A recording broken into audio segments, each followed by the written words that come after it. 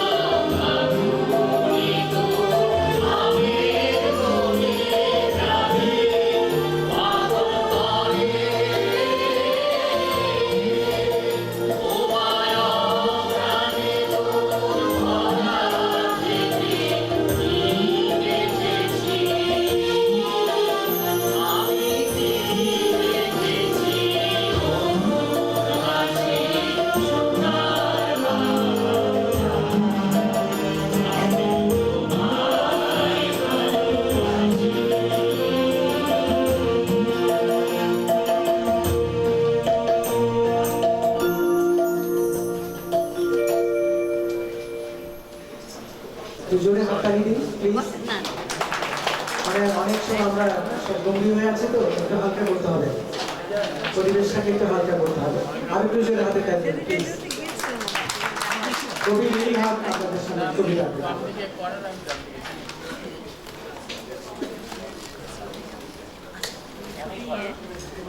শুভ সন্ধ্যা। কপালে টিপ ছুঁয়ে ফুল পাখি প্রজাপতি হয়ে যারা অডিয়েন্সে আছে, আপনাদের সবাইকে আকুল প্রাণে বকুল ভালোবাসা। এ জীবন পরিচর্যার, এ জীবন মমতার, এ জীবন সমতার। হ্যাঁ, আর এই সমতা রাখবার জন্যেই এই দাম্পত্য মেলা। স্বপ্ন আমার স্বপ্নই রবে, সফল কেন হবে না? স্বপ্ন মোদি করব সফল, ব্যর্থ হতে দেব না। মুখোমুখি বসেছিলাম, তোমাকে পড়ছিলাম, শুধুই তোমাকে। টুকরো টুকরো কথা, কথায় কথায় মিষ্টি হাসির বৃষ্টি বর্ষা। নন্দিত ভালো লাগা বুকে বাঁধে বাসা। মনে হলো কেমন হবে যদি এমন হয় বাঁধবতজন ঘর। আমি যদি বৃষ্টি, তুমি তবে সাগর। হাত বাড়িয়ে চাইলে তুমি একটু আদর। কেমন করে ফেরাই বলো সুখে ছাওয়ায় অমন প্রহর। গোলাপের পাপড়িতে ছড়িয়ে আছে তোমার হাসি। নদীর মতোই পদ্মা আমায় নিয়ে যাচ্ছে আপন ঠিকানায়। আমার হাতে ধরা এখনো সেই গোলাপ, যে গোলাপে নাক ডুবিয়ে ঘ্রাণ পাচ্ছি তোমার লোমশ বক্ষে। প্রিয়তম, তুমি কি করে অত সুন্দর হাসতে পারো? মোনালিসার অপূর্ব আদলে তুমি এখন আমার চোখের তারায়, আমার চোখের তারায়।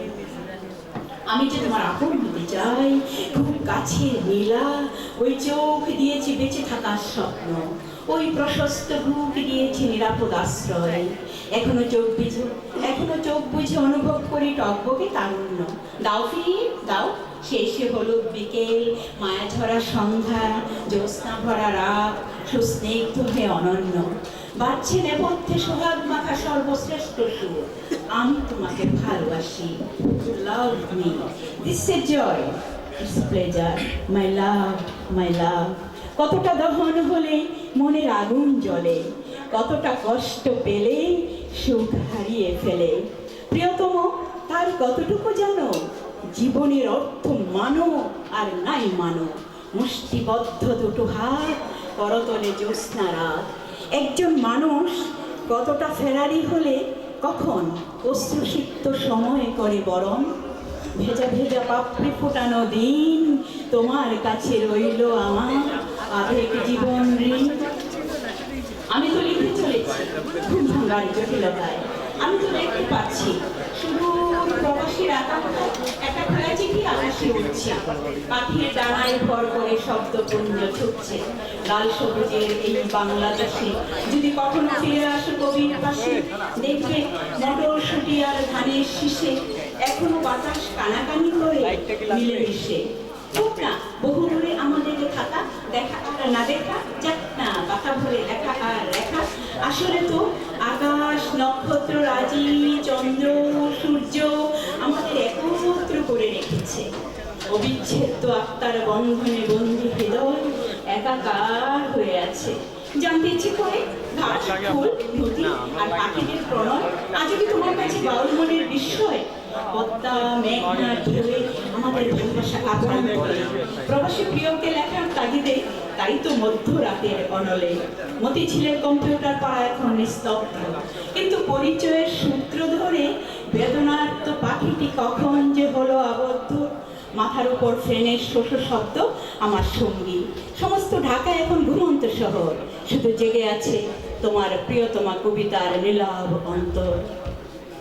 শুনেছি শুনেছি ভালোবাসা নাকি এক বিষাক্ত ব্যাধি, যা কুড়ে কুড়ে খায় মানুষের শক্তি দেহ মন নিরবধি।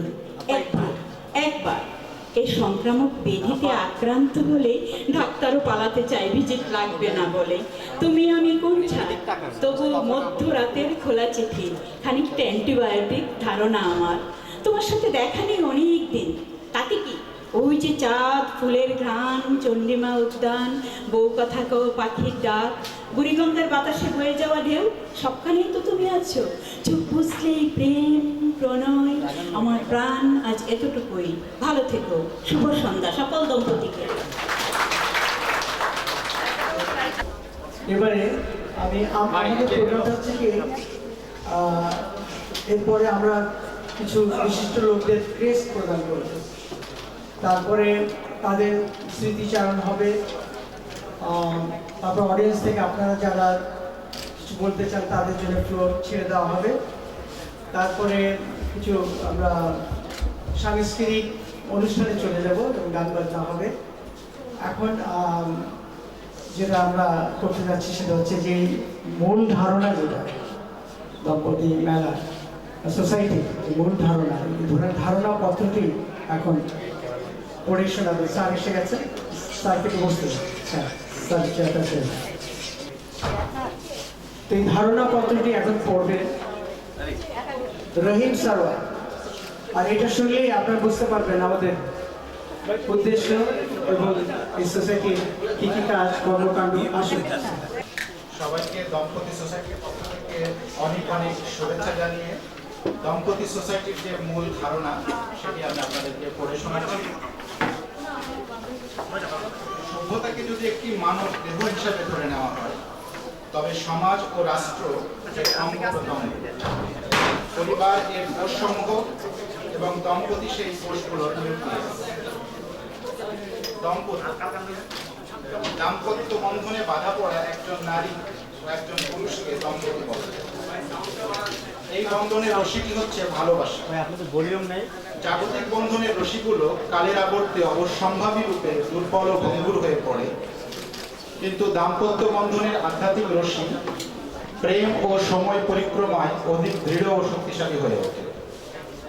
বিবাহ বিবাহ হচ্ছে এমন একটি প্রক্রিয়া যার মাধ্যমে দুজন ব্যক্তি, একজন পুরুষ ও একজন নারী, সম্পর্ক ও বন্ধন পারিবারিক সামাজিক রাষ্ট্রীয় স্বীকৃতি এবং স্থায়িত্ব লাভ করে। এর মাধ্যমে দুজন ব্যক্তি এমন এক বন্ধনে আবদ্ধ হয় যা সাধারণত মৃত্যু পর্যন্ত স্থায়ী হয়। পরিবার পরিবার হচ্ছে সমাজের মৌলিক একক। সমাজের এই গুরুত্বপূর্ণ ভিত্তি সুদৃঢ় ও ঐক্যবদ্ধ না হলে সমাজ কখনো সুদৃঢ় ও ঐক্যবদ্ধ হতে পারে না। বিবাহ হচ্ছে মানব কল্যাণ ও মুক্তির দুর্গ।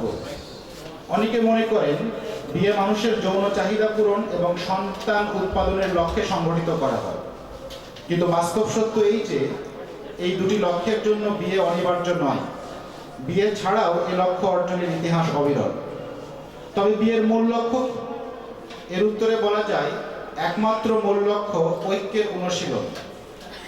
ভালোভাবে লক্ষ্য করলে দেখা যাবে পৃথিবীতে এমন কোনো ঐক্য নেই যা বন্ধনবিহীন। আধুনিককালে বিভিন্ন সংগঠন, সোসাইটি, কমিউনিটি, সংঘ, রাষ্ট্র, দল ঐক্যের ক্ষেত্র হিসেবে বিবেচিত হয়, কিন্তু পারিবারিক ঐক্যের চেয়ে শক্তিশালী ঐক্যের নমুনা বা দৃষ্টান্ত আজও তৈরি হয়নি এবং হওয়া সম্ভব নয়। উপলব্ধি ও উদ্বেগ। সামাজিক প্রতিষ্ঠানের মধ্যে পরিবার হচ্ছে সবচেয়ে গুরুত্বপূর্ণ ও প্রাচীন প্রতিষ্ঠান। সভ্যতা নির্মাণে পরিবারের অবদানই সবচেয়ে বেশি। মাতৃগর্ভে জন্ম নিলে একটি শিশু মানুষ হিসেবে বেড়ে ওঠে না। মানুষ হিসেবে গড়ে ওঠার জন্য তাকে মূল প্রশিক্ষণ দেয় পরিবার। কাজেই একটি সভ্যতা নির্মাণের জন্য পরিবারের গুরুত্ব অপরিসীম। কিন্তু দুঃখজনক হলেও সত্য, প্রাচীন এই প্রতিষ্ঠানটি আজ বিপর্যয়ের মুখে। পরিবারই যে মানবজাতির শ্রেষ্ঠ বিদ্যালয়, সে কথাটি যেন বিশ্ব নেতৃবৃন্দ ও নীতি নির্ধারকরা ভুলতেই বসেছেন। এই ধারণাকে যদি মেনে নেওয়া হয়, তবে মানুষ আর পশুর চেয়ে শ্রেষ্ঠতর জীব হিসেবে মর্যাদা পাওয়ার অধিকার রাখবে না। আসলে সুস্থ ও সমৃদ্ধ পরিবার একটি সুস্থ ও সমৃদ্ধ সমাজ সভ্যতার জন্ম দেয়।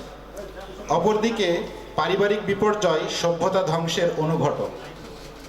নারী ও পুরুষের মধ্যে সম্পর্কের মাধ্যমেই যে পরিবারের ভিত্তি গড়ে ওঠে তা সবাই মানেন। পারিবারিক জীবনে অনাবিল শান্তি নিশ্চিত করা সম্ভব হলে পরিবার হয়ে ওঠে সব উদ্যম, প্রেরণা ও প্রশান্তির ক্ষেত্র। তেমন একটি পরিবারই সমাজকে ইতিবাচক অর্থে সার্থকভাবে কিছু দিতে পারে, যা সুস্থ সামাজিক জীবনের নিশ্চয়তা দেয়। পরিবার প্রধান বন্ধনকে সুরক্ষা দিতে না পারলে সমাজ ও রাষ্ট্র ব্যবস্থাও ব্যর্থ হয়ে যাবে। পরিবার প্রথায় বিপর্যয় নেমে এলে সভ্যতার বিলুপ্তি ঘটবে। বিশেষজ্ঞদের মতে মানুষের শরীর ও মনকে সুস্থ রাখতে পরিবারের ভূমিকা অপরিসীম। বর্তমান বিশ্বে পরিবারের বিপর্যয় পাশ্চাত্যেই অধিক। সভ্যতার এই পর্যায়ে বিশ্বজনীনভাবে পাশ্চাত্যই অধিক অনুকরণীয়। তাদের মধ্যে অনুসরণ ও অনুকরণের অনেক কিছু আছে যা সভ্যতার অগ্রগতিতে প্রয়োজনীয়। তবে পারিবারিক জীবনের প্রতি তাদের উদাসীনতা অনুকরণীয় তো নয়, বরং এক্ষেত্রে তাদেরকেও সংশোধনের পথে আনতে হবে। লিভ টুগেদার ও সমকামিতার মতো প্রকৃতি বিরোধী প্রবণতাকে মানবাধিকার হিসেবে বিবেচনা করা হচ্ছে। সামান্য যত্নশীল হলেই পরিবারকে সুখের কেন্দ্রস্থলে পরিণত করা যায়। মনের সুখ নিশ্চিত করতে চাইলে সুস্থ ও সমৃদ্ধ পরিবার গড়ে তুলতে হবে। চেষ্টা করতে হবে কোনো সন্তান যাতে বাবা মায়ের আদর যত্ন এবং মায়া মমতা থেকে বঞ্চিত না হয়, কারণ এ ঘাটতি আর কোনোদিন পূরণ হয় না। যেসব নারী ও পুরুষ বিয়ে না করে বলগাহীন জীবনযাপন করে, তাদের মানসিক রোগে আক্রান্ত হওয়ার আশঙ্কা থাকে অনেক বেশি। এ ধরনের লোকের মাঝে আত্মহত্যার প্রবণতা বেশি। পরিবার যে মানুষের জন্য প্রশান্তির উৎস, তা ধর্মের পাশাপাশি বিজ্ঞানও স্বীকার করছে। পরিবার থেকেই সমাজ ও রাষ্ট্রে শান্তি শৃঙ্খলা সম্প্রসারিত হয়, কারণ সমাজের প্রতিটি মানুষ কোনো না কোনো পরিবারের সঙ্গে সম্পৃক্ত। মানুষ তার পরিবার থেকেই সমাজ ও রাষ্ট্রের রীতিনীতি তথা সংস্কৃতির সঙ্গে প্রাথমিক পরিচয় লাভ করে এবং আপন পারিবারিক মূল্যবোধের ভিত্তিতে সমাজ ও রাষ্ট্রকে প্রভাবিত করে এবং এতে অবদান রাখে। স্বামী ও স্ত্রীর মধ্যে মিল না থাকলে দাম্পত্য জীবন দীর্ঘ ও সুখময় হয় না। পরস্পরকে ছাড় দেওয়ার মানসিকতা নিয়ে দাম্পত্য জীবন চর্চা করতে হবে। বিয়ের আগ পর্যন্ত একজন মেয়ে ও ছেলে পিতামাতার তত্ত্বাবধানে অপরন্ত স্নেহ মমতায় এক পরিবেশে জীবনযাপন করে। বেশিরভাগ ক্ষেত্রেই বাবা মা তাদের সন্তানদেরকে কোনো ধরনের দুঃখ পরিবারের অন্য সদস্যদের কল্যাণে ব্যক্তিগত স্বার্থ জলাঞ্জলি দিতে হয়। পরিবার হলো এক ধরনের শিক্ষা ও প্রশিক্ষণ কেন্দ্র এবং এই কেন্দ্রের প্রশিক্ষক হলেন বাবা মা। এরপরও জীবনের ভাত হাতে সময়ের সাথে সাথে এই ভালোবাসার রং মাঝে মাঝে ফিকে হয়ে যায়, কিন্তু পরস্পরের পছন্দ অপছন্দ আনন্দ বেদনার জায়গাগুলো পারিবারিক জীবনে ছোটখাটো ভুল ত্রুটি স্বাভাবিক।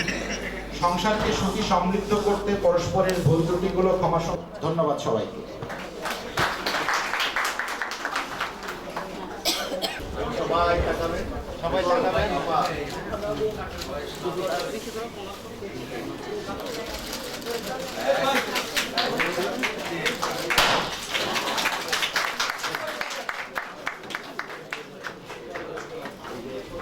আমরা এরপরে যে আইটেমটি করবো সেটা হচ্ছে স্মৃতিচারণ। এখানে অনেক দম্পতি আছেন যাদের জীবনে অনেক ঘটনা, অনেক মুখরোচক, অনেক কাহিনী আছে, অনেক গল্প আছে, আমরা সেটা শেয়ার করব। সবাই আশা করে আছে আপনার কথা শোনার জন্য, এটাই ভালো হবে। আমি আপনাকে অনুরোধ করছি, ভাবিও আসতে পারে মঞ্চে এসে, আপনারা দুজন মঞ্চে আসুন আর এসে আপনাদের কথাই শোনার জন্য সবাই অধীর আগ্রহে বসে আছে এবং সেটাই বোধহয় ভালো হবে। প্রথমে শুরু করি। আসলে ধন্যবাদ বলার মতো কিছু নেই, ধন্যবাদ বললে না হয় আমি নিজেই আরো খুব মাটি